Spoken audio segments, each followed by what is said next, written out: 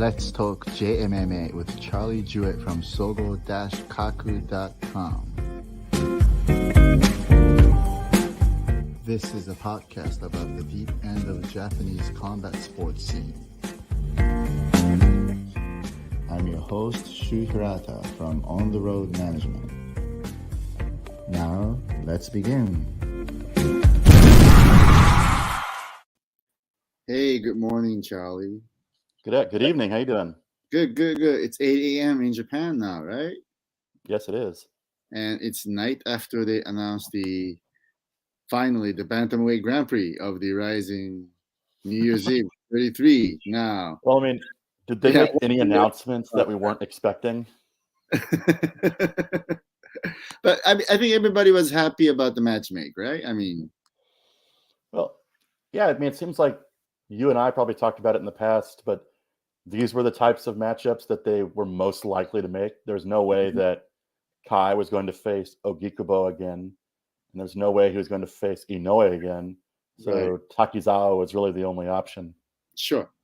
Mm-hmm. And I think the interesting thing about it is like the Ogikubo's comments at the press conference. I think it touched many fans' heart, so to speak. I think he said something like, ever since for the past 5 years, he was never happy. Never, not even a day, from bottom of his heart. And the reason for that is because he made it to the final of the Ultimate Fighter, right? Mm-hmm. But he didn't get picked up to be signed by the UFC. He was told by the manager at the time that there was only one spot left, and he thought he was going to get that. And instead, Naoki got signed as a 19 years old. So he's only looking at Naoki Inoue since this Grand Prix has started. Now, how do you feel about that? He was like, it seems like a lot of Japanese fans liked his comment.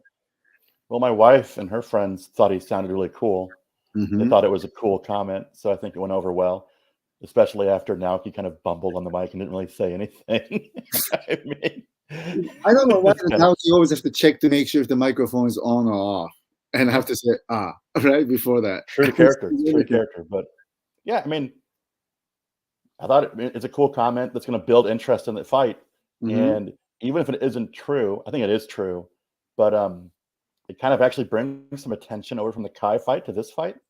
Yeah. And I think it's good for the matchup. It's good for both people involved. Oh, yeah. And on the other side of the coin, the Kai Asakura said that, he got the easy opponent. It would be easy for him to win this against Takizawa. He's going to show that he's in a different class than the other two. It kind of is an easy opponent, but it kind of isn't. Mm-hmm. Because Takizawa also can knock people out. Oh, sure.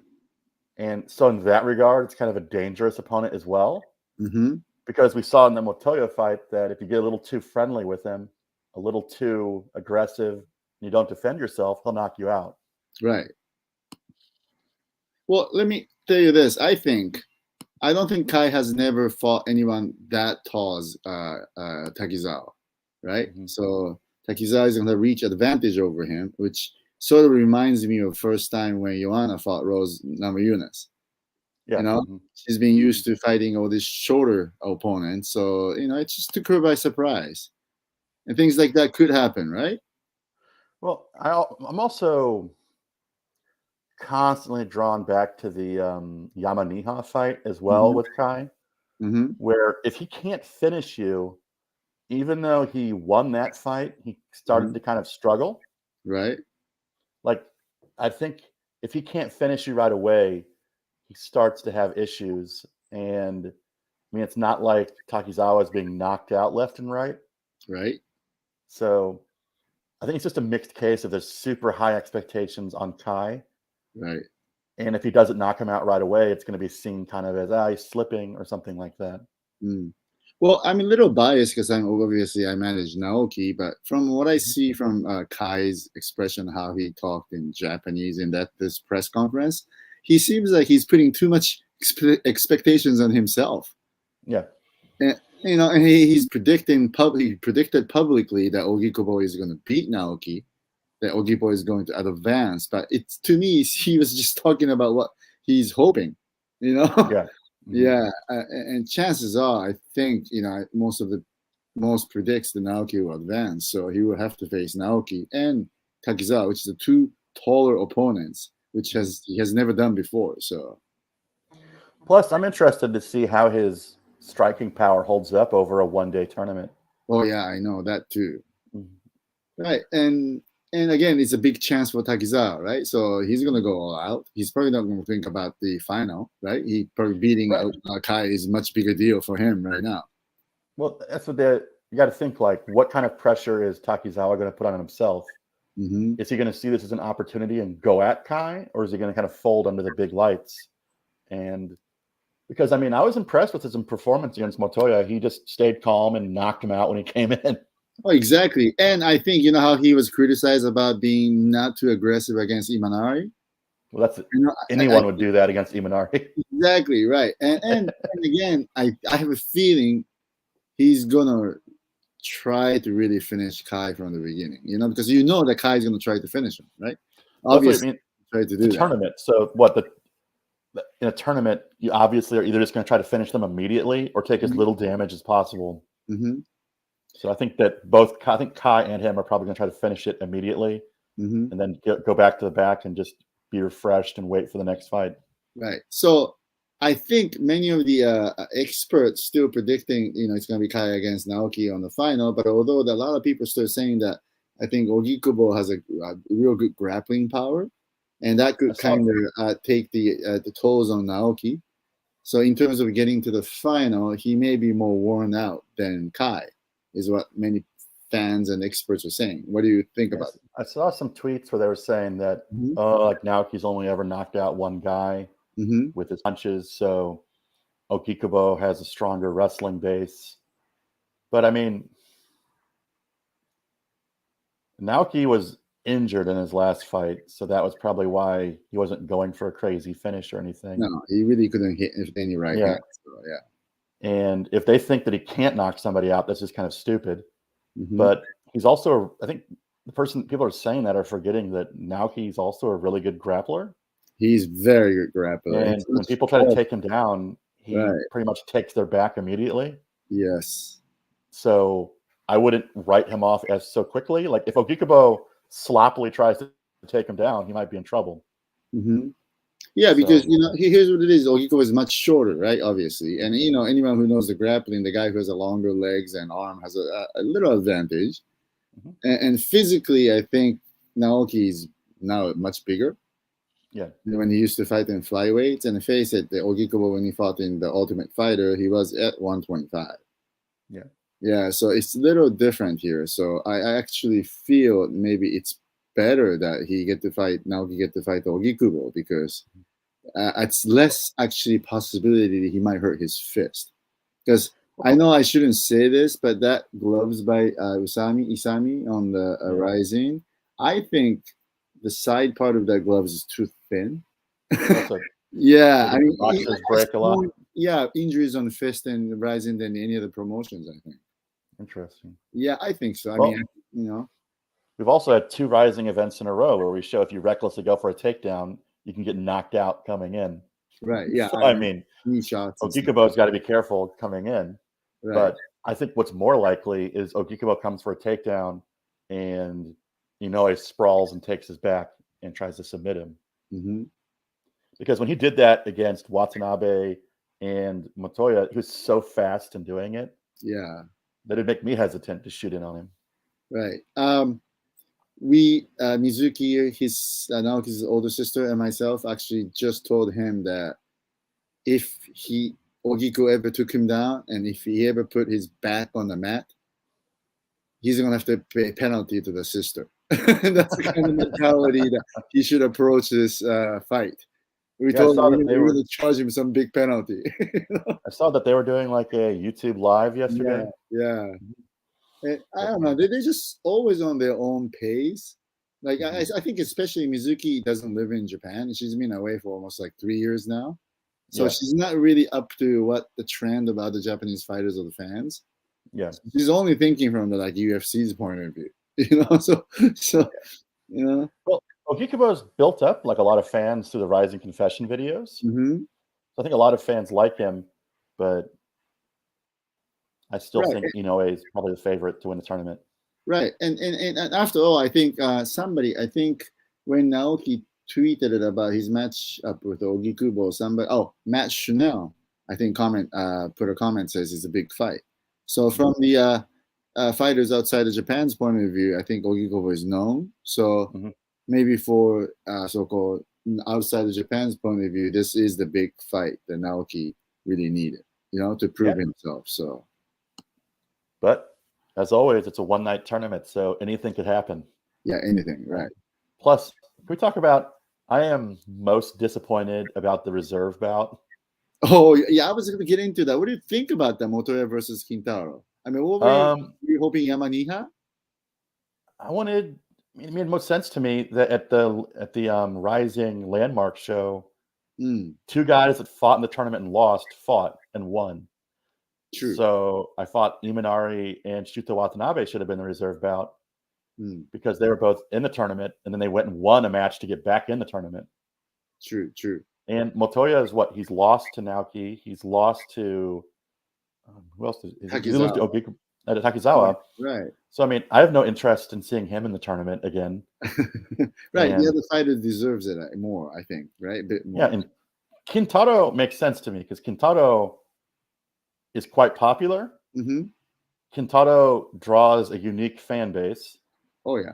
And he's willing to wear a Under Armour thing to cover his tattoos. So Fuji TV is okay with him too. Right. So he makes sense to me. He's a ratings draw. People like Kintaro.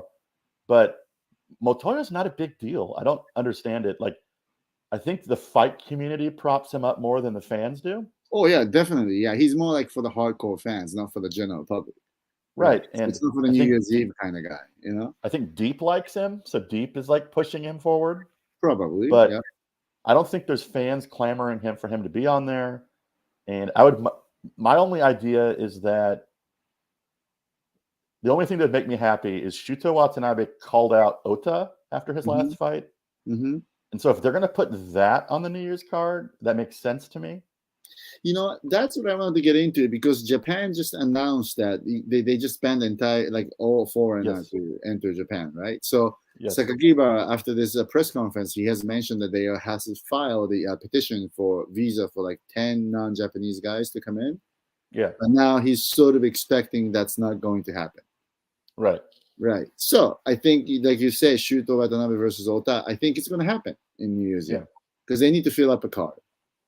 Right. And it's supposed to be a big card. How many fights have you heard? How many fights they want to put on? It's first 20. That's what I heard as well. I heard it was 20 fights. That's a lot. And so, I mean, anyone that's someone who wants to be on this card could probably get on the card. Yeah, exactly. But so Satoshi Souza is fighting somebody. I'm sure they were going to fight him against Musaif or somebody, right? I think. Yeah, not going to happen now. That's not going to happen now. And unfortunately, he was doing the camps. Musaif was doing camp in Stanford MMA in Florida. He was finishing up, hoping he's going to Japan soon, but probably not going to happen. I mean, I don't know if it's just too expensive, but I'm just, does RIZIN not think ahead? Why would you not bring in the foreigners? When they announced it was open to foreigners, why wouldn't you bring them in now? Exactly, like before. And just get like an Airbnb out in the countryside and have like 10 foreigners living there training. I think they were hoping that actually this is something totally unexpected. Like how the world's going towards like easing towards like pandemic restrictions. So they were hoping maybe it's just going to get even better, right? I know, but now this thing happened. Everything has been unexpected with the coronavirus. So at this point, you just have to think that the worst is going to happen. Right. And be like, the window is open now. It might be somewhat expensive, but if we get 10 fighters in and put them in like an Airbnb somewhere, I mean, hotels are dirt cheap now in Japan. But because of the coronavirus. Charlie, I see what you're saying, but I understand promoters' point of view, sometimes it's very hard because cornerman has the job, right? And they need to train. And it's hard for them to go there for like 20 days, 30 days, whatever. They got wives and girlfriend that they have to deal with, and you're not getting paid. I'm just saying, though, you could find people that could make that maybe. But you'd be really surprised because here's what it is. This is a phenomenon I'm kind of feeling. from like matchmakers or promoters' point of view. Look at MMA community right now. Lots of fighters are in the big team, like ATT, right? Sanford MMA, whatever that is. When you really look at them, they have a head coaches, like 4 or 5 assistant coaches, and they got fighters fighting every weekend. Right, that means most of the head coaches are gone from Thursday to Monday, right?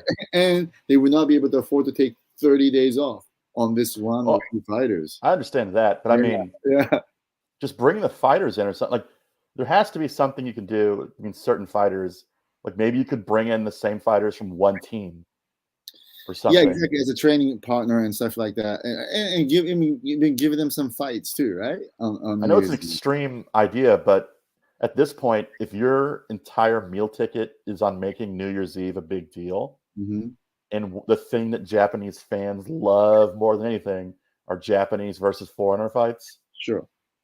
Right. You have to have maybe not 10 people, but you need to have like an insurance policy where you bring people in. Yeah, I would have brought in Musaev and Keramov. Like there's a couple guys, like 3 or 4. Just have them in, like have their team here training, and have enough of them here that their coach can legitimize being here. Yeah, exactly. Maybe let them do like a last half of the camp in Tokyo kind of stuff. Because what if they can't get foreigners in? What they're going to have to do to get foreigners on this card is find people that are already in Japan, which is what they've been trying to do with mixed results. Oh, I know. Like, or are you a Marine? Do you want to fight this weekend? It's what they're turning into. Yeah. So I hear what you're saying. Yeah, but so right now I think they're too late, right? So definitely. They probably now have to hope that a miracle happens and they open it back up. Right. It's all Japanese, or the fighters who lives in Japan. And I'm telling you now, if it opens back up for a window and they don't bring people in, then I'm just going to be like if it opens up like in early December, I would just start rushing fighters in at that point. Right. Whoever wants. Right. And here's what it is. And what's so the interesting thing about it is, like, did you see the ticket prices for the New Year's Eve show? Oh, I was texting with my friend actually. I showed him the picture. Yeah. I sent him the picture and he was like, "Oh, they're doing they're still doing the Corona prices." Right. And he's optimistic. Prices, right. The full capacity too. So they're allowed to go full capacity, but the prices are still high, right? Yeah. So his theory is that while they're hoping for it to be full capacity, they're anticipating something happening where they can only do half or something like that. Something like that. I understand that, but I'm also thinking maybe RIZIN has gotten used to these. They're like, oh, people will pay these prices. Let's just keep it at this. It's been 2 years. They'll never notice. That reminds me of that fuel fee for the airline companies. Remember, like it went up everything because of the hurricane, and it's supposed to come down, but it never did. And we were all used to the coronavirus on the airlines. They're like, oh, we stopped meal service because of the coronavirus. Well, I haven't seen it come back, so I don't think they're going to be doing that now. They found a way to pinch a couple dollars. Right. So, yeah, I mean, so this is going to be all Japanese fighters and all the fighters who lives in Japan, which was same as the Trigger event that just took place on last week. Now, what do you think about that show in general? In general, it had, in my honest opinion, it had 3 or 4 interesting fights, and all of the rest, you're just kind of wondering, like, why. I mean, they had fun results, but the idea of if I understand correctly, the idea of the event was to give older veterans a chance to shine, and to give young prospects a chance to kind of break out. Exactly. But the matchmaking, only 3 or 4 matches were set up that way. Yeah. I think they were just desperate to fill a card and put as many people from the area on it as possible. I mean, because a lot of the records were just really bad. I think it's the bottom line is like the top 2 or 3 fight cards are just for the fans to buy tickets just because of the fight itself, and everything else is probably the guys who could sell the tickets a lot in that area. Versus the guy who can sell the tickets who like to prefer to fight, Yeah, because I mean, a lot of the guys on this card, I feel like we're close to 50% records. Oh yeah, I know, right? So it's not really about like picking a best guy or developing a new cat. But again, at the same time, but when you look at the guy like Hagiwara, who's like have a 50, almost a 500 record, right? I wasn't counting him though. I was thinking of a lot of the guys lower on the card. Sure. Right, but I think RIZIN has proven that even though he has a mediocre record, that they could create some stars, right? Right, and yeah, it was kind of a best case scenario for them with the results because there was a lot of good finishes. Right.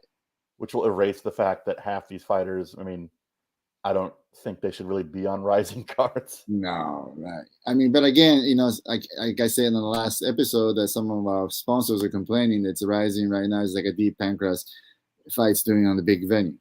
Now, well, nothing says that more than this card. Sure, of course. And another controversy. There's a couple controversies on this Trigger show. One is Mr. Horiguchi, who is a UFC veteran, who won a fight against Mr. Nakata. And after the fight, apparently he said in the cage that he wants to go to the UFC and he wants other fighters to go to UFC with him. And Sakakibara at the press conference yesterday publicly, stressed that he was not happy with his comment.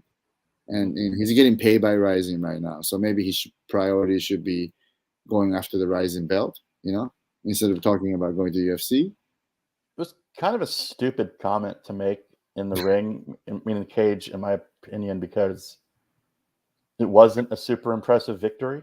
No. He fought a guy that was 3-0, and he got very, very tired. And the guy was kind of hitting him at will near the end of the fight. Sure. So that's not the kind of performance where after that you go, I want to go to the UFC. I mean, you'll get murdered with that kind of performance.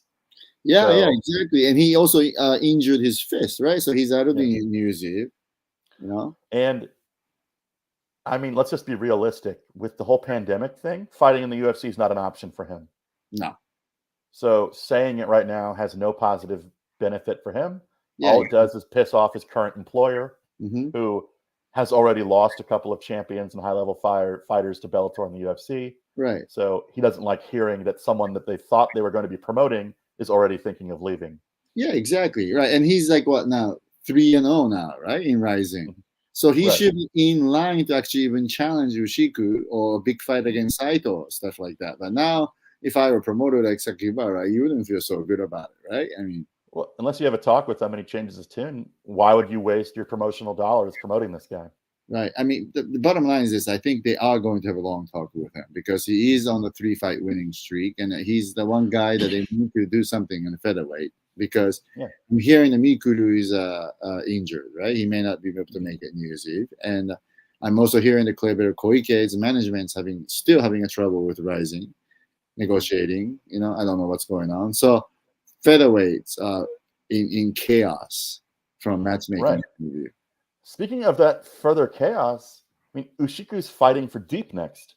That's the one thing about it too. So Ushiku's out of New Year's Eve, and he's a champion who just won the belt in RIZIN, defending belt in deep, right? I mean, I love deep. This is not a smart move. No, and what if he loses this fight? This reminds me of Invicta FC a couple of years ago, kept letting their atomweight champions fight abroad. And it's hard to promote your atomweight champion when she goes to Korea and Japan and loses.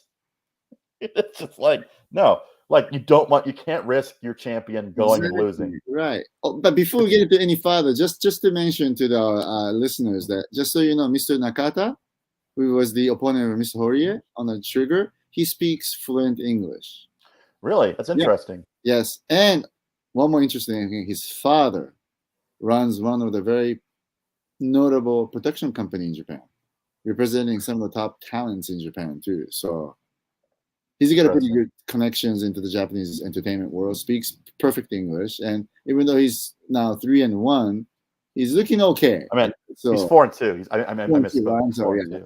So I mean, so we'll see, where he ends. I was impressed because Horiguchi is a rising star and he looked really good. So other than that, I would like to point out another controversy happened on this fight, that Kinoshita was grabbing a fence while stomping on Sumimura's face, and they got disqualified, or was it overturned? I think it was the other way around, wasn't it? Oh, Kinoshita was stomped. Yeah. I think. Oh, never mind. Wait, I didn't realize that Topology has that Sumimura won? Won because it was overturned. Because Sumimura got knocked out because of stomp to the face. Kinoshita, right. the young kid, was grabbing the face. Yeah. Now, but when you look at the slow motion, the main event, Mr. Hagiwara was also grabbing the fence when he did the soccer kick. Right. Yeah, but that was considered as okay. It's weird to me because I Yeah. have vivid, whenever this happened and they got disqualified, I had vivid flashbacks, and I even tweeted it of Vanderlei Silva grabbing the ropes and stomping the life out of Yuki Kondo. I remember that a lot. Yeah, I know. And Yeah. no one did anything about that, right? Yeah. So I've seen some people say that the only reason this got overturned is because Aoki complained, because Aoki is Sumimura's cornerman. Right. And Aoki can be loud, I guess. Right. But on top of that, I think wasn't he grabbing with the both hands? Right? Instead of just in motion with one hand with Hagiwara, which I think the referee should have penalized Hagiwara too. You know, it's on the ref. I mean, might get some heat for this. I think Wada makes mistakes when he refs. Sure. And why wasn't he paying attention to this? Why? I mean, that seems like a giant. If it was a big issue, he was literally right in front of them as it was happening. Yeah, exactly. And I think that's something it's actually expected because the fighters, right? It happens in the cage. And actually UFC or any other promotions outside Japan, they're very, very careful about grabbing the cage. Yeah. You know? And normally they're pretty good about grabbing the ropes, but also, I mean, are any of these fighters used to fighting in a cage? Well, but they fought in like deep, and like Kinoshita fought in Pancrase, so they've been fighting in cage, right? So that's true. That's true. Right. So actually, for Kinoshita, I think it's no excuse because he's been fighting under unified rules. So yeah. But, so heck, you know.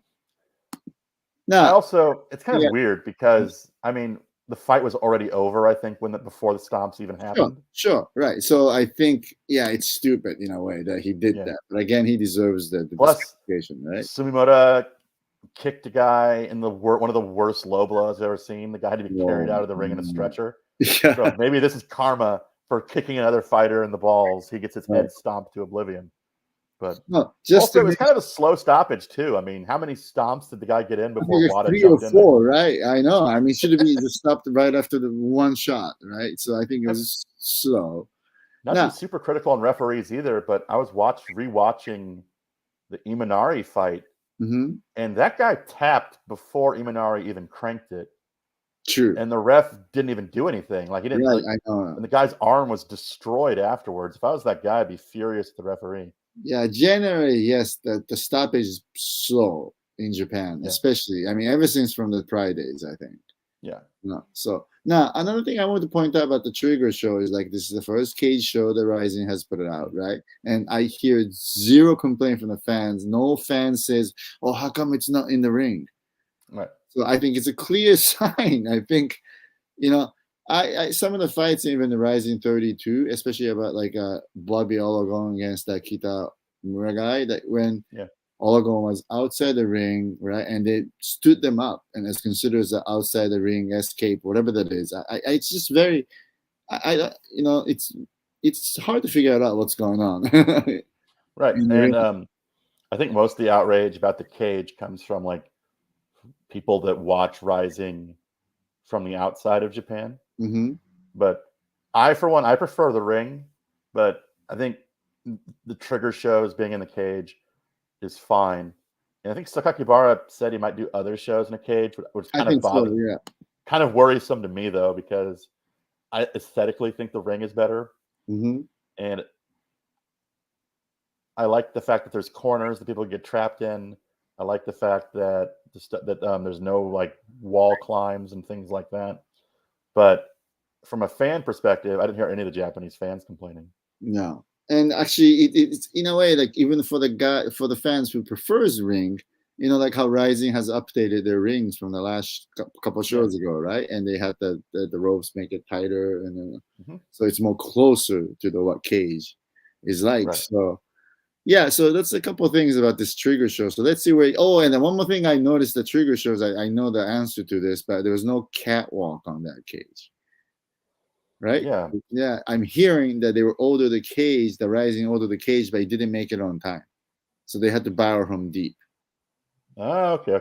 Yeah, so maybe that's why they didn't have a catwalk. But I think it's a big show, so I think it's better for them to have a catwalk. So hopefully for the next show. Well, speaking of that, a lot of people were complaining about. I did see complaints No VTRs. Oh, There were that's no VTRs. right. I forgot one more thing. Yeah, that's right. There's nothing, right, to the main event, was it? So the production value of this event seemed much lower. Mm-hmm. There was no VTRs between any of the fights, and there was no like big opening or anything like that. It was a lot more just like a regional show, just to be honest. So basically, they didn't have a budget for Mr. Daisuke Sato. That or he didn't have time. I mean, when you put an event a week after another event, maybe he doesn't have time to make a bunch of videos. Right. But here's what it is, though. If they're going to go try to compete against like big guys in the world, and they're going to do that, right? With the Landmark and Trigger show, they're looking at maybe 17, 20 shows per year, like, then they're going to have to put the production team together. Yeah, because that's one of RIZIN's strong points. And exactly. So they can't delete that. No. It was very noticeably not there when the event happened. Yeah, so that's not good, because I think a lot of RIZIN fans are expecting to see that VTR, right? I mean, opening. All my wife and her friends, they all say that those videos are why they like RIZIN. Right. Mm-hmm. And opening ceremonies and all these, razor beams and all kinds of stuff. But, yeah, that's too bad, though, because if it's a cage shows, and if they should try to do it same as the RIZIN. Yeah. That's too bad. Now, I also have to point this out, that since now RIZIN's doing trigger shows and Landmark show, which is like a mediocre event, right? That they're discovering fighters or redeveloping old veterans. Now, I think that's going to have a huge effect on Pancrase, Deep, and Shuto, because that's what they were, right? And where they're placed right now in within the Japanese combat sports scene. They're not a mediocre show now. Are they going to be more lower than those RIZIN trigger Landmark shows, or? I think Pancrase, and they're all affected. Mm-hmm. I would say that Deep might be affected the least, because Deep has, over the pandemic, converted itself into like a rising talent production factory. Sure. Where they are just nonstop finding new fighters and trying to build them up as quick as possible so that they are ready for RIZIN. Mm-hmm. Not so much the case with Pancrase. I think Pancrase is a little more interested in holding on to most of their fighters, and I don't think they've been developing as much new talent.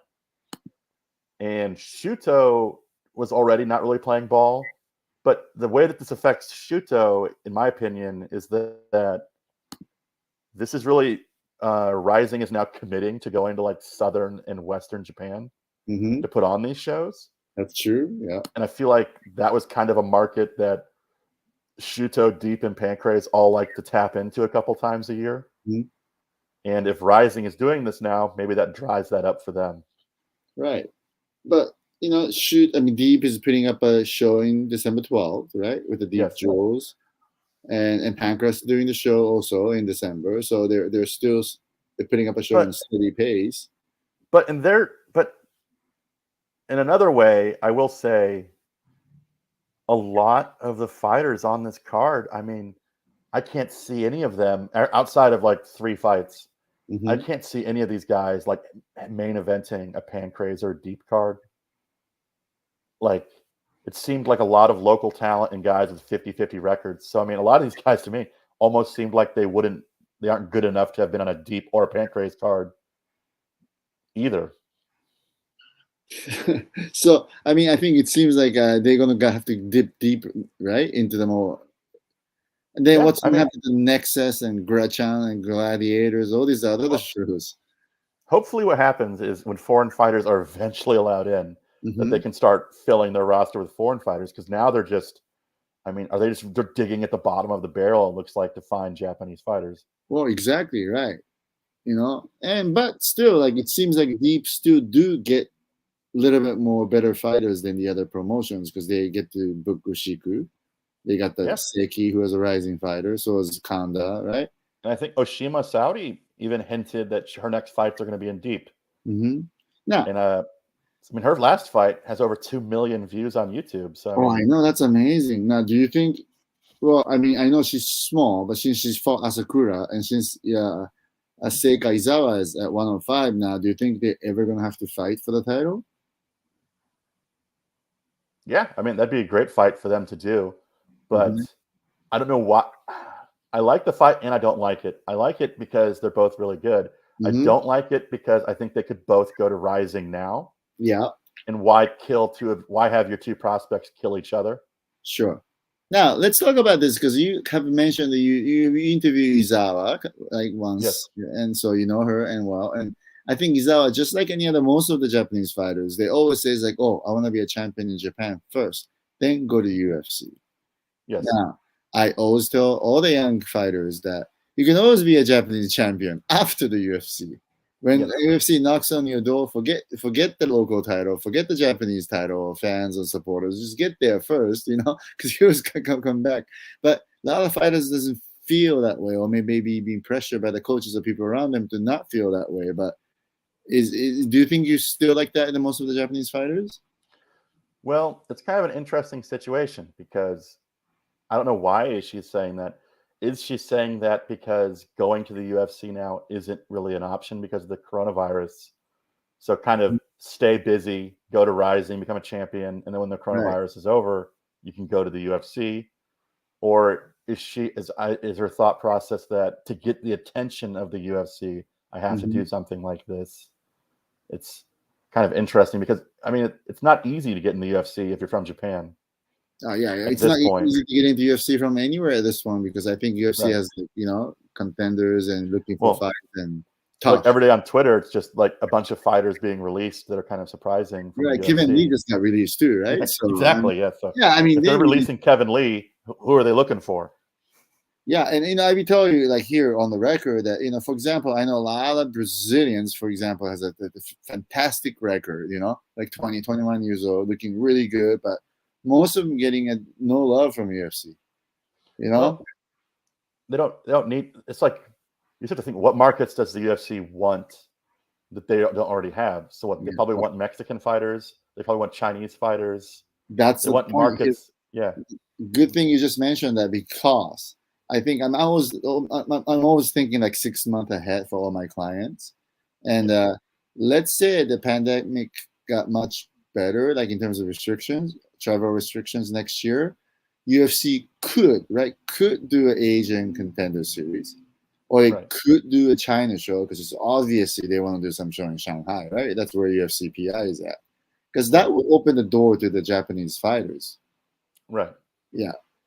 So when you really think about that, then you should always think about two options: either go to RIZIN or go to the UFC in terms of next year.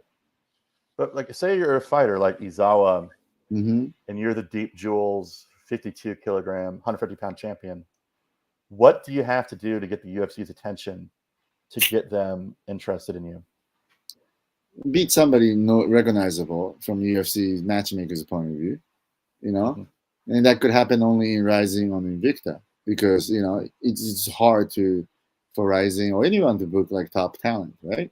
Right. Now, I think everybody knows that the Invicta relationship between Invicta and UFC is not like same as before. Like how UFC used to basically pick Invicta fighters anytime they want, but I think that's not going to happen anymore. I think Invicta fighters. It seems like they've taken like a turn towards almost being adversaries now. Right. So would that be an accurate assumption? I think so. Yeah.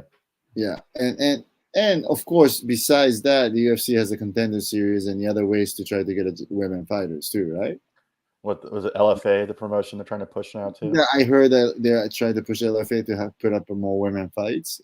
Because they're on Fight Pass. So that makes sense. Exactly right, which makes sense. But it's not like you had. I mean, you saw the purse that Michinori Tanaka got paid on LFA the last time, right? No, how much did they get paid? Oh, it was $1,750 to show, $1,750 to win. Yeah, and before that, Tanaka has tweeted himself it costed him like $6,000 to get his visa. Yeah, so you're not making any money fighting for LFA, right? Yeah, so it's like the old Invicta shows where Ayaka was getting like 2 and 2.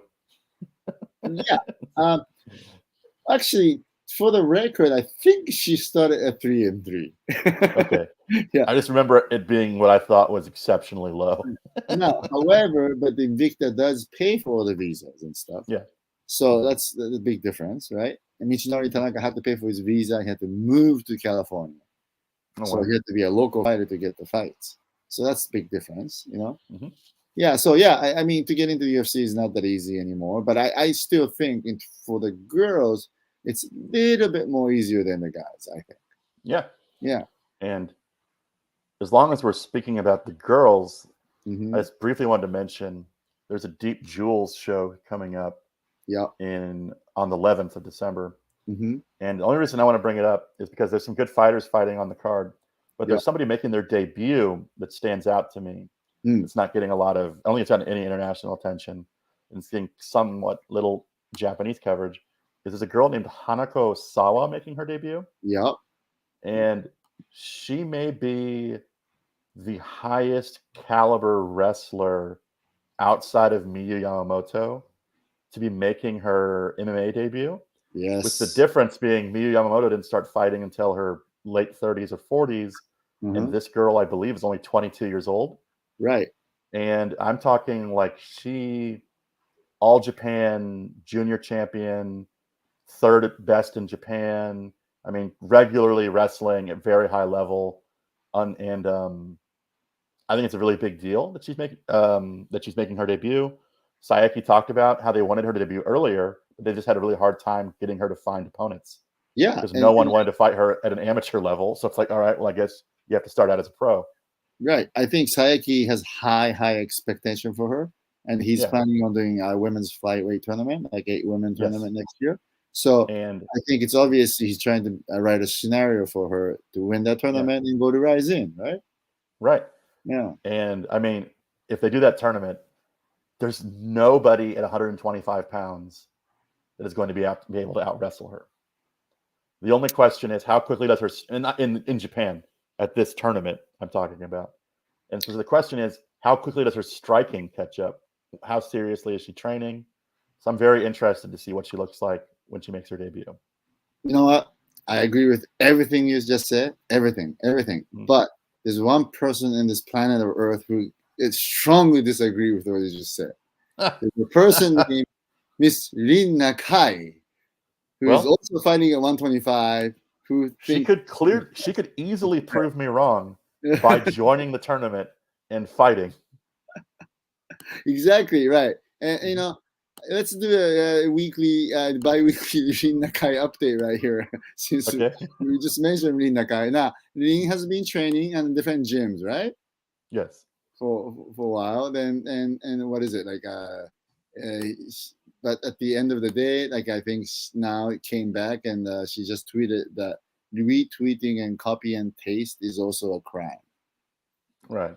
And retweeted about this Shiori Ito, who is a Japanese woman who accused a Japanese journalist who raped her and blah, blah, blah, blah. Anyway, so, I mean, is she even still getting any attention from the fans there? I believe if you click on that, there might be a comment underneath of it like, why aren't you fighting? So it's either that tweet or another one of her recent tweets where there's only one comment. It's not that one. Yeah. But there's like a recent tweet where like, oh, it's this one with the dog park, I believe. Dog run. Okay. All right. Yeah, I see that. Okay. No, it's not. There's one though recently where there's just only one comment was, why aren't you fighting? So it's too bad that she's not really getting too many comments or retweets or all kinds of, you know. Yeah. Like she appears to be training quite hard. I have a Japanese question for you though. Mm-hmm. In one of her tweets, it's written Watashi Nakai Rin, mm-hmm. which is like, did Usami have a stroke and forget who was writing the tweet as he wrote it? Why did he write I and then her name right next to each other? Well, but actually, that's actually in Japanese language. Sometimes they do that. So so it's actually not too. That's pretty common. So it doesn't really bother me. Yeah. I was wondering if that was the case or if Usami had like a stroke and forgot who he was pretending to type as. But I think at this point, he's very be careful about that. He has to be, right?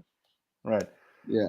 Oh my God. But I mean, so I guess the only emphasis behind that tweet is the context of the case is this woman, a cartoonist, drew a picture kind of making fun of her. Uh-huh.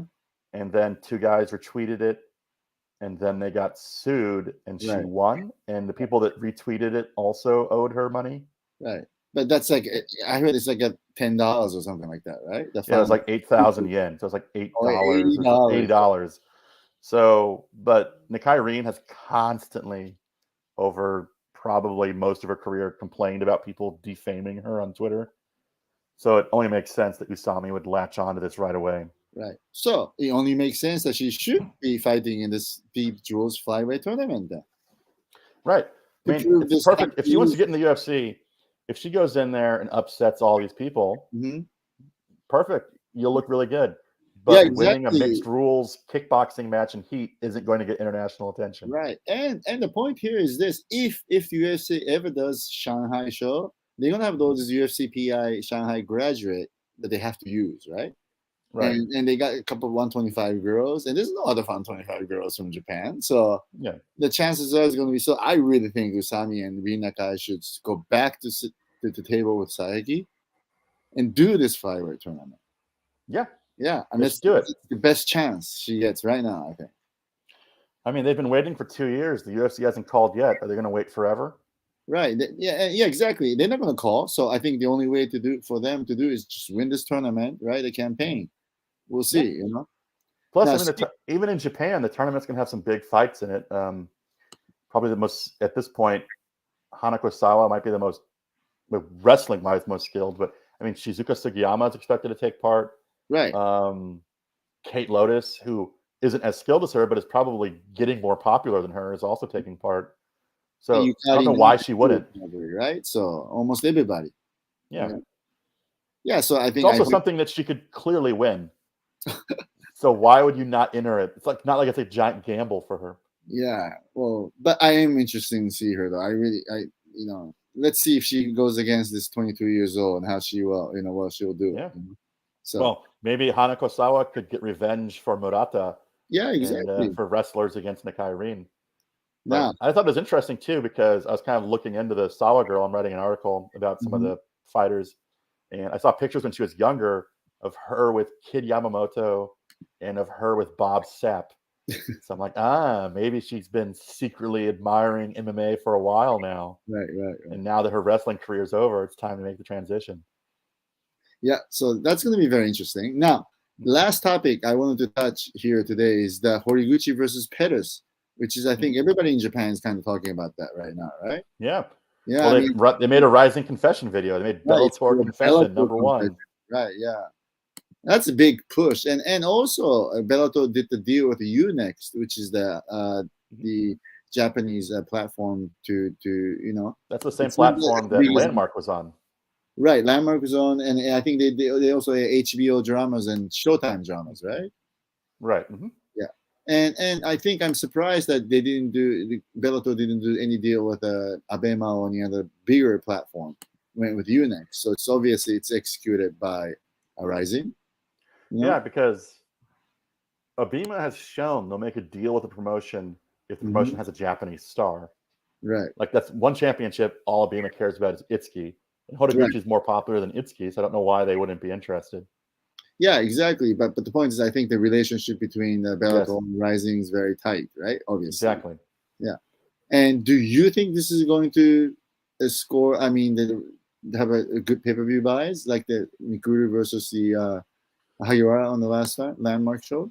I think that the diehard fans are interested. I'm worried about oversaturation. Yeah. Because you have the Landmark show, then you have the Trigger show, and then the ticket prices are expensive. And so it starts to add up, especially a lot of it's happening at the end of the year. Right. But Horiguchi is widely popular. Widely popular. I mean, the RIZIN confession is already recording 349, views. So, but I don't think it'll do Mikuru numbers, but I think they'll get some buy. I think it'll get good buy numbers. Right. So, what's your predictions on this fight? Well, first, before my prediction, I have a question for you. Was RIZIN able to film a lot of this because Hiramoto is at Pettis' camp? Well, no, here's what it is. Pettis is Ren being at the Pettis' camp and the cornering Pettis for this weekend is actually a surprise because we didn't expect that to happen. And that's kind of surprising. Does Hiramoto even speak English? No, but he has this good translation machine that it works well. Oh, and I think it's because of his personality. He's doing well, and I heard that he's really good at imitating Horiguchi. Really? in terms of fight style. So, and Interesting. yeah, and I think we can tell this about this. We can talk about it that Sakiba and Mr. Kashiwagi, the matchmaker for RIZIN, was supposed to come to Connecticut this week, and we were supposed to sit down with them and talk about Ren's, possible next fight, but this got canceled because of Yeah. government restrictions. So I think a lot of the fans in Japan thinks, oh, Ren is on Pettis' corner, but the Ren is like only 1-0, so why he's not going to be able to give good advice and blah blah blah. But the point is this: it's not like the Hiramoto is a chief corner. You know what I mean? Right. The chief corner is going to be Duke Rufus, so I think it's going to be different. I think Ren is there as like a sparring partner purposes, more like. Yeah. Plus, I mean. Oh, that makes sense. So outside of the cage while they're practicing, if he can copy Horiguchi, that's why he's there. Right. And the fact that in the striker too, right? Ren is a pure striker and Japanese. Yeah. So I think it's just the fact it just made maybe Sergio comfortable. Yeah. But back to your initial question. I thought Caldwell was like a really good matchup for Horiguchi earlier when he won the title. Because he's a really good wrestler, but it seems like his fight IQ isn't all the way there. No. Because he would take Horiguchi down and do absolutely nothing with it. Right. I mean, it's same strategy, same game plan for the second fight too, right? Pretty much. Right. Right. And it's just like, if you had any fight IQ, why wouldn't you be... If you had put any offense together when you had him down, you would have won that fight. Like the second one. So, the first one. Yeah, the first one. So it's just kind of crazy. Like, why are you just repeating the same thing? This is stupid. But Pettis seems to be a much more intelligent fighter. He is. And actually, Duke is a very, very good coach. Right. And the Pettis brothers are known as strikers, but they've always had crazy submissions off their back. So I think this might be Horiguchi's toughest opponent in a long time. I think so, too, because here's what it is. I'll be honest with you. When Sergio was fighting for UFC at flyweight, we knew he was good, but we also thought that he's beatable. You know what I mean? Like, right. But for some reason, he's been winning, and he has always have a game plan. He's good at executing a game plan, I think. And for this one, I from Duke Rufus's point of view, that I think it would be a little bit more easier to try to read what ATT and Mike Brown is going to come up with, because he's an American coach, that kind of stuff. So I think it depends on what game plan they come up with. This is going to be could be a very tough fight for Horiguchi. It could be tough. It's one of those weird things too, where like Sergio's had a ton of fights, but he's also still super young. Yes. I always felt that they rushed him into the UFC way too early just because of his brother's success. And that he probably could have spent some more time developing, even though he did pretty well in the UFC. Right. But I mean, the Pettises, though, have always had kind of a clear way to beat them. So it's kind of an interesting matchup in that regard. Oh, yeah. So I'll be honest with you. I can tell this right now. Ever since Naoki went to the UFC at age 19, I was always looking at Sergio Pettis as his rival. Same kind of fight style, same kind of age, right? Now, it's still the same thing, too. He's up 135 now, so is Naoki. And before the pandemic, when Bellator did the Japan show, and they were thinking about doing the second Bellator Japan show, I actually proposed to RIZIN to try to match Naoki against Sergio Pettis. Because I thought this was going to be a very good fight. Yeah. Well, it's also, I'm trying to think of like the style matchup is quite interesting because, is this the best pure striker that Kyoji has faced in a while? That too, right.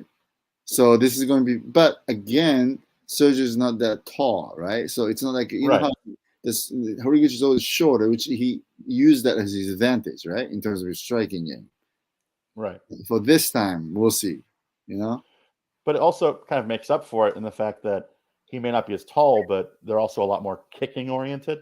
It kind of negates the height a little bit, where Kyoji, I feel like, benefits a lot from having like a very strange karate striking style. Right. Where he's really in and out. But when you're going up against a super high level striker who's also a kickboxer, that could be an interesting matchup.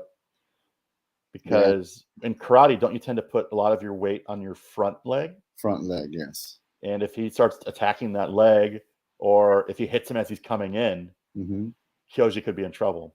Right. And I'll be honest with you, this is the fight. It's like no matter what, if Horiguchi wins or loses, it's no win situation for a Bantamweight Grand Prix winner. Like even though Naoki or Kai wins it, like if Horiguchi loses and come back to RIZIN to defend the title, he's not that valuable as like before, right? Yeah. And if Horiguchi wins it, and I think Sakaguchi already mentioned at the press conference yesterday that he's going to be too busy accommodating Bellator's schedule, so fighting the Grand Prix winner, fighting Horiguchi probably won't happen, right? So that's what I've been maintaining the whole time, is that RIZIN is trying to like color the narrative that he is a rising champion going over to Bellator to fight. Where my impression is it's clearly that Bellator has signed Horiguchi. Horiguchi is no longer a rising fighter. And if he wins this, there's no way they're going to let him just start fighting at RIZIN every couple months. He's going to be fighting in Bellator. Right. I mean, the pandemic. He lives in the U.S. Exactly. In the U.S. Right. So he's like American fighter. It's basically so-called foreign fighter at this point from a RIZIN point of view, right? And he's actually applying for green card. So, he's also made it clear that the reason he fought in RIZIN was because his old coach was dying. And he wanted to be in Japan with him. Now that he's not with us anymore, I think he's put his sights back on Bellator and the UFC. Yeah, it makes sense to me because at this point, I think the only way that Horiguchi could go back to UFC is to win that belt and defend that belt for like 2-3 times, whatever that extension they got on the contract, right? I hear that the championship clause is like 3-fight extension. So I know it's not easy, but if he wins this title, all he has to do, I'm not saying it's easy, all he has to do is to defend title 3 times and sits on exclusive negotiation period, wait till entering matching period and see what UFC is going to offer him. Yeah. And hopefully in that time, I just keep laughing because he's wearing a TDT. He's wearing a Dice Team shirt and all these pictures. But in that time, if Murata can get some wins together, if Sato can get some wins together, and if Mizuki can get some wins, then maybe we can get a UFC Japan show. Yeah, exactly. Finally, right? I mean, after the pandemic is over, I mean, it could happen. So, I mean, I'm always thinking positive, and UFC is always looking to expand to the world market anyway, right? So, yeah, I think another way to see it is like the UFC is always interested in any country if they can go. Yeah. So they're interested. I mean, if any country. My idea is if there's any country that can get them like a TV contract, like kind of the Brazil or the China situation, where they make millions of dollars off those TV contracts.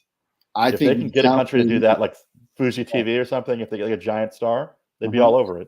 Right. So like in terms of China, they already have the fighters. So I know they could do the deal easily, right? I wouldn't say easily, but I'm pretty sure many are interested. So well, I mean, they had some TV deal where I was laughing because there's an article about Weili Zhang where like she's responsible for them getting like $100 million TV deal in China or something crazy. Right. And it's not like they're paying her that much money, right? I think that was the general theme of the article, was that Weili Zhang is vastly underpaid for the value she brings to the UFC. I know, but right now she's not winning and she's not in a position to really. I mean, I guess she could talk to Bellator, if she enters the matching period. Who knows? Anybody would be interested in her. Oh yeah, it has to be, right? Even PFL, anything, right? Because that's going to be a key to get the TV deals out there. Yeah, exactly. Or even one championship.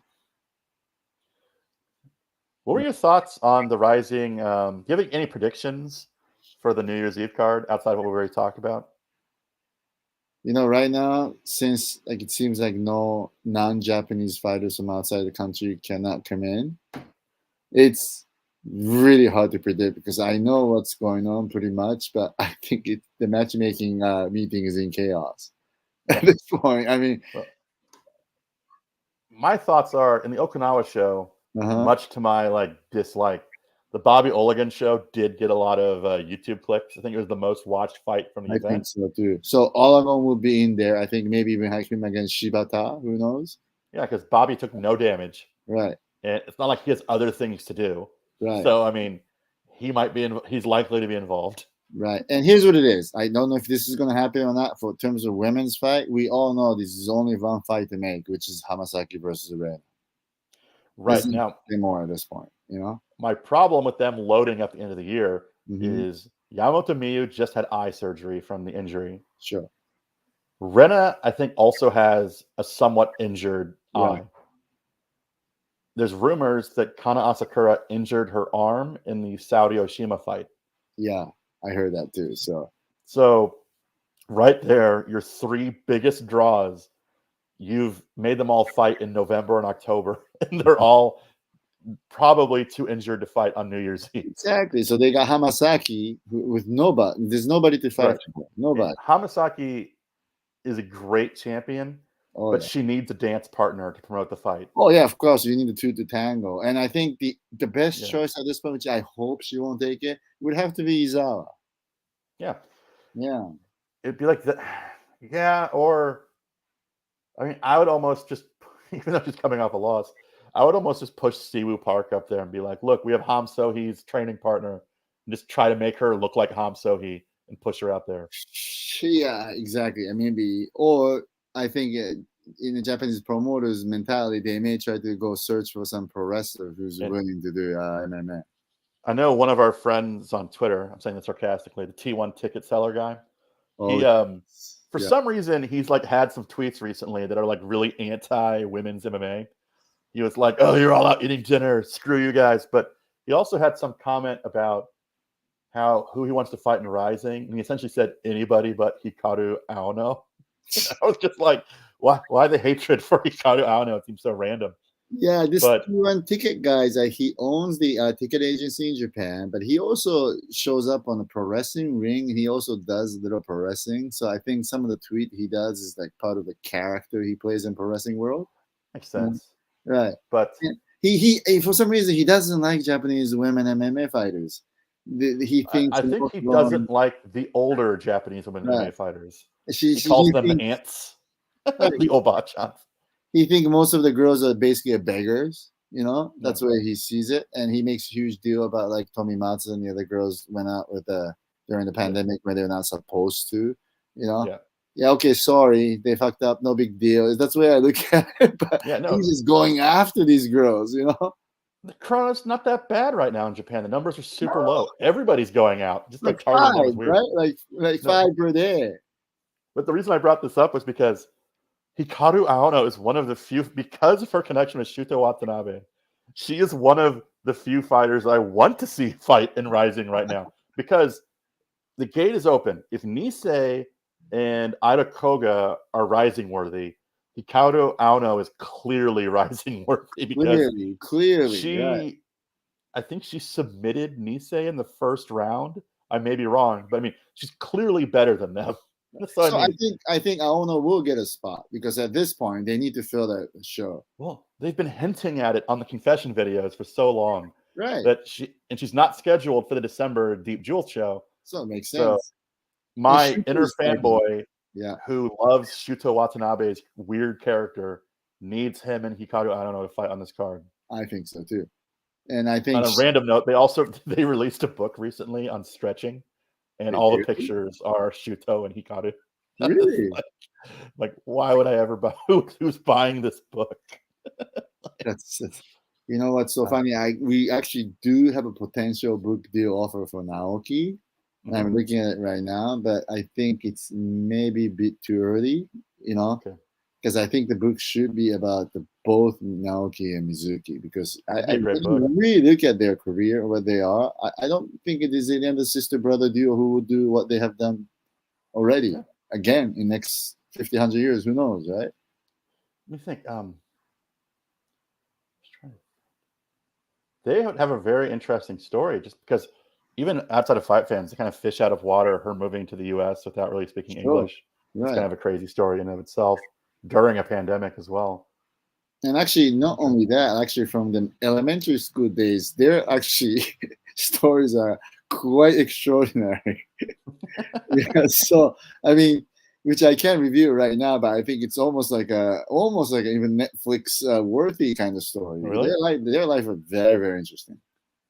And If only you could get Naoki more comfortable talking in front of the mic, he might be yeah, willing to I do mean, these. yeah, exactly. And you should check out the number of stress fractures they went through. And Oh, right. yeah, you know, No one's been more injured than them. Only Dominic Cruz has been more injured. right? Them And and Dominic Cruz are in a club. exactly. I mean, I call Mizuki Miss Surgery. She's surgeries What did she all over the tell place. during an interview? She told me that she's trying to turn into a robot. But trying to think about this rising New Year's Eve card. Also, talk about not Sakakibara said he was going to address Tenshin and Takeru during this press conference, and then Yeah, said he's gonna absolutely talk about nothing it, about it. man. Yeah, I mean, here's what it is. It's already it's almost a month away. If they're not really trained and doing the full camp, you know, it's just not No going to way. happen. No way. I mean, it's just It's stupid not. to even hope that happens. It's not good for the athletes. K1's not going to let Takeru fight on a rising card. They No, wouldn't even let him do a press conference with a rising sign in the background. right? There's no way So in hell they're going to let him. And Tenshin already has a fight scheduled for April. So, I right. mean, he's already thinking of the future. Yeah, So, exactly. So I think another card they're gonna the Rising is gonna do a New Year's Eve is Tenshin's so-called last Rising fights. I don't know if also, they're gonna do, you know. now I have a question for you here. Foreigners aren't allowed in the country. Hmm. Does that mean Triple G doesn't get in? Probably not. So, does that mean the Triple G Murata fight falls through? Right. So, all of a sudden, Rising has an extra day On with 29th. no Like, event to put on yeah, it. exactly. But I think he's already made it clear that he's not doing the 29th event anymore. Okay. Yeah, and I think for Murata's opponent, maybe government might make some special exceptions. Yeah, because Yeah. I mean that's where it's going to be clear that Triple G is much higher than the level of Oh, a oh yeah. yeah. But here's what it is though, because this is, I think, Kishi, the new prime minister. Yeah. This is his stand play.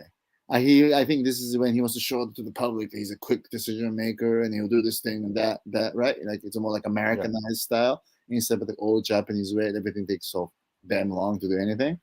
Yeah. So he did it real quick to ban everybody. You know, extended the quarantine from 10 days to 14 days, whatever that is. Now I think he's going to stop that pretty quickly too once he realizes it's not that big a deal.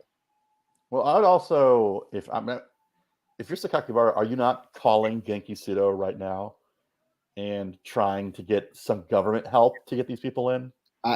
Yes, I think he's already been talking to somebody other than Genki Sudo, who they believe it's a better government connections. Talk So to both. Talk to both of them. yeah, well, I think it's really hard to deal with the government people. You don't want to do a double dipping kind of thing. You know? No, but Genki Sudo has already gotten people in. Exactly.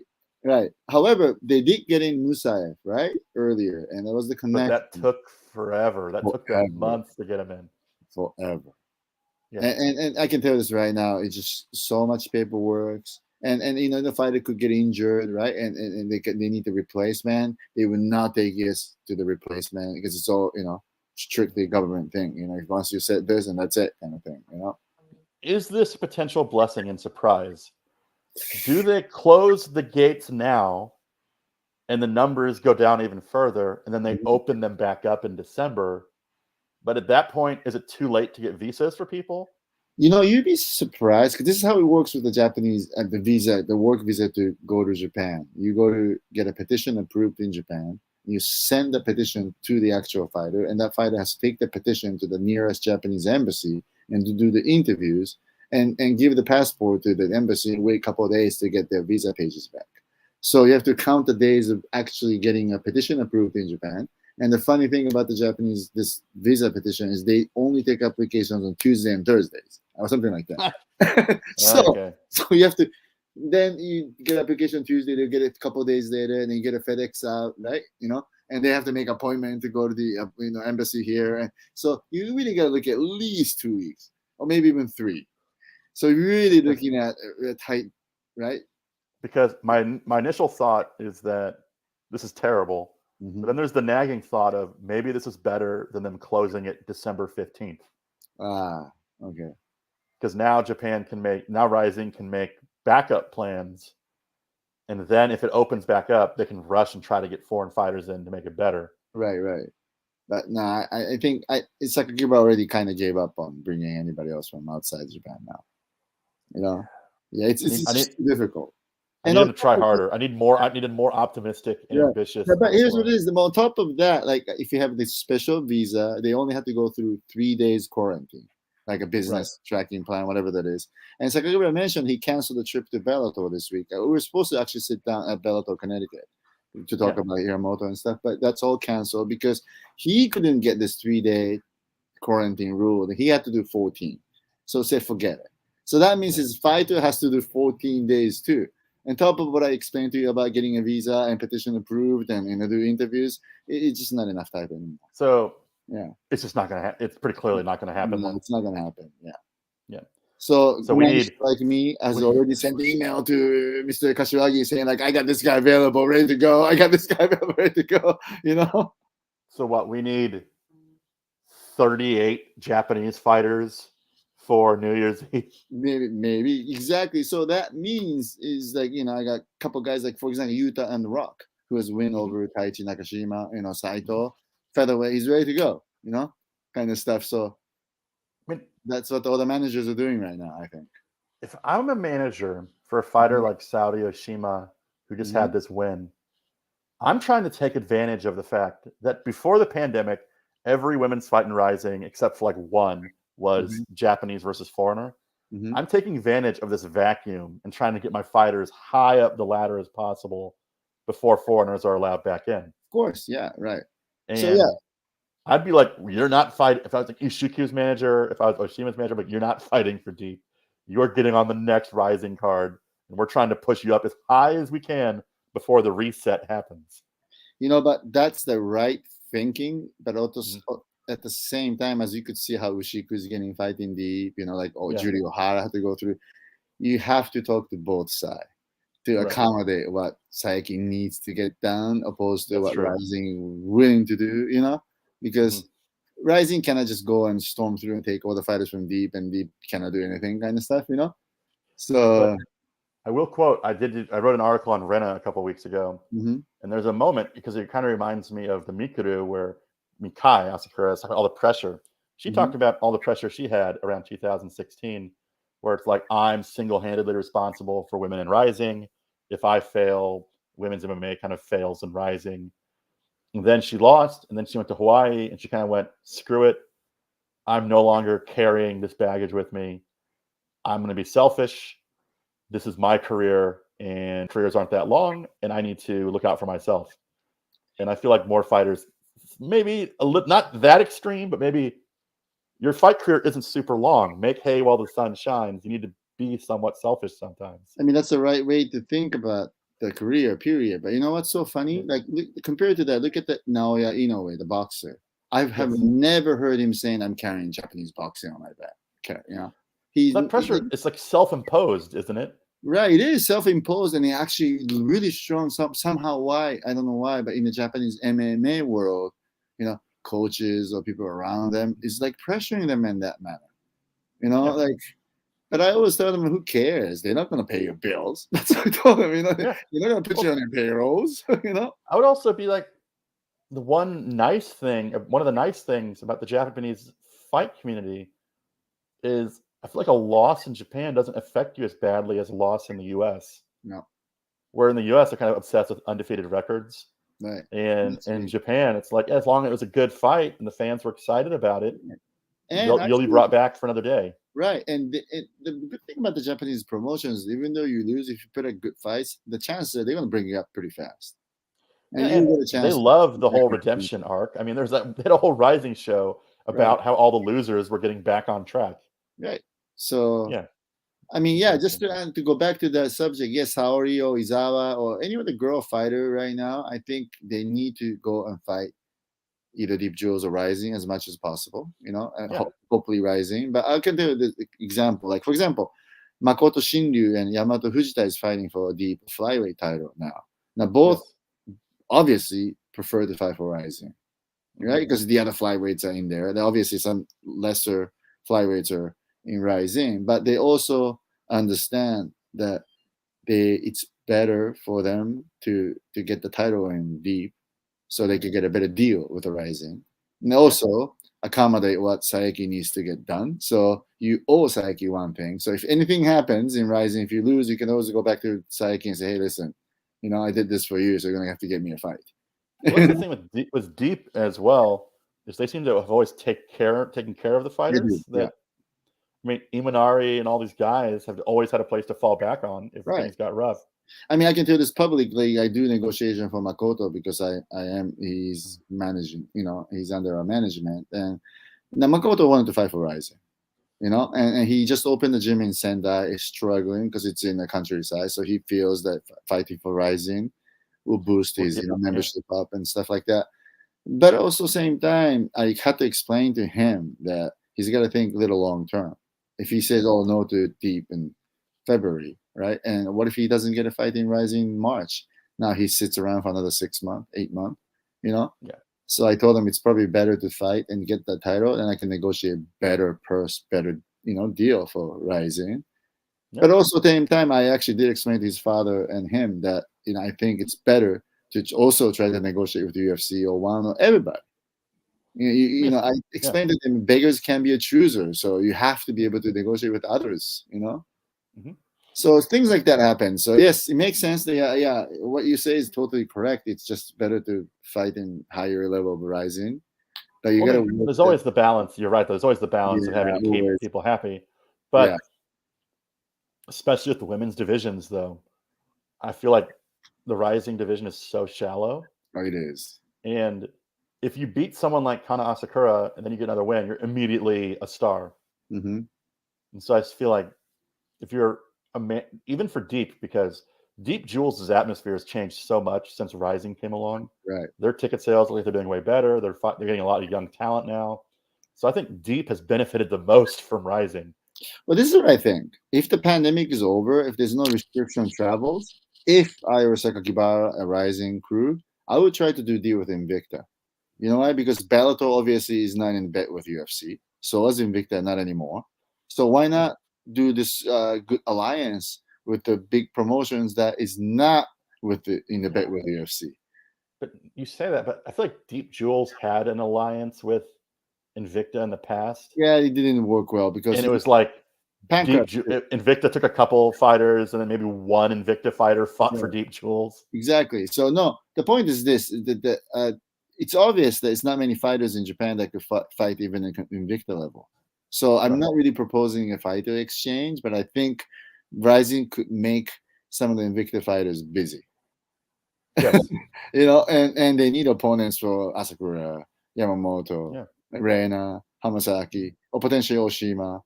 So that's where they could, they could help each other, I think, Yeah, Invicta would be smart. I mean, I think Bellator has somewhat geniusly made a very good branding effort in Japan. Oh, yeah, exactly. And for some reason, like, they've been very successful, and people know Bellator now. People like Bellator. And if I was Bellator, I'd be opening up that 52-kilogram division and in strawweight, atomweight, and I'd be taking advantage of that exchange as well. Yeah, exactly. I mean, only in Japan, most of the fans thinks the Bellator and UFC is like almost dead heat, same level. Yeah. Yeah, but I mean, I don't want to say. I know Coco will get mad at me for saying this, but come on, face it. Still, UFC is the dominant force here. Yeah, but I mean, I think those Japanese fight fans, they see that Kana Watanabe's up there, fighting high up ranks. Kyoji's fighting high up. Right. They're getting good money. They're getting money that's kind of unheard of, and now they all want a piece. Yeah, I mean, they're making better money than what they get in UFC. We all know that, right? So that's my issue with what Bellator did with the UNEX deal. Getting back to that, is it's too greedy, too fast. They should have stayed on YouTube and continued to build the audience. Now, let me ask you this. So it's not YouTube anymore, right? Because Bellator used to do the free YouTube for this weekend. I'm assuming it's not going to happen, right? Because it's in UNEX. Right. All right, well. Which, depending on the numbers, it might be worth it. But I think they should have kept it on YouTube and kept building the Japanese fan base. Yeah, that too. But we'll see. I think that Mr. Sakakibara has his another negotiation game plan too. Well, it just depends how good the pay-per-view buys are. If they're really good, I'm wrong. Right, and if But- the pay-per-view buy was so good on Mikuru, they could expect this one to do well too, right? Maybe even break the record of what Mikuru has established. So that's going to put RIZIN in a much better position on negotiating with you next. Right, because they'll be they're the ones responsible for them getting Bellator essentially. Right, and you know, when you do any work deal with the platforms about the pay-per-view, it really comes down to how many percent you can collect that. Like traditionally, cable company takes half, right? Like promoter takes half, but no. Imagine if you could take like 70% instead of 50. You know, that's a huge deal, right? I mean, do you think RIZIN's getting a cut? It has to be. It has to be, right? I mean, of course, they broker the deal, so they'd be right to get some kind of cut, right? Obviously, like a finder's fee or any kind of fee. right? Yeah. I mean, they did the deal, they worked, so they have to get paid. Because I know Bellator did not used to be on YouTube in Japan. It was only on YouTube in Japan when Kana Watanabe fought, and Bellator was essentially bothered by Japanese fans until they ungeo-blocked it. Right, exactly. And because of the relationship with RIZIN too. Yeah. Yeah. And so if Kana Watanabe draws that kind of interest, you have to think that Horiguchi is going to draw even more. Way more. Because look at the Bellator viewership. It's already almost close to hitting 500,000, right? Yeah. And so Mikuru's record, as I heard, is about 80,000 pay-per-view buy. That's not hard to reach, I think. Have you heard anything about how well Trigger did? No, not yet. Or is it too soon? I think they know about that by now. Yeah. Yeah, I'll ask and see what. Yeah, interesting. But not sure if they did well. You know, because if they did really well, I've heard of it by now. You know. Yeah. Yeah. Yeah, I just don't think it had the. I mean, I know that Kentaro was supposed to fight on it, but he was injured. Right. Yeah. And I think he would have made a big difference to the pay-per-view numbers. That too. Right. So I think it was kind of a last-minute save, but it was a fun card. But yeah. Yeah. Not really pay-per-view worthy. No. Right. Anyway, so we talked for almost an hour and a half now. So let's. Yeah. All right. So let's try to end this today, and we'll see you in 2 weeks. Yep. Sounds good. All right. See you later. Bye. All right.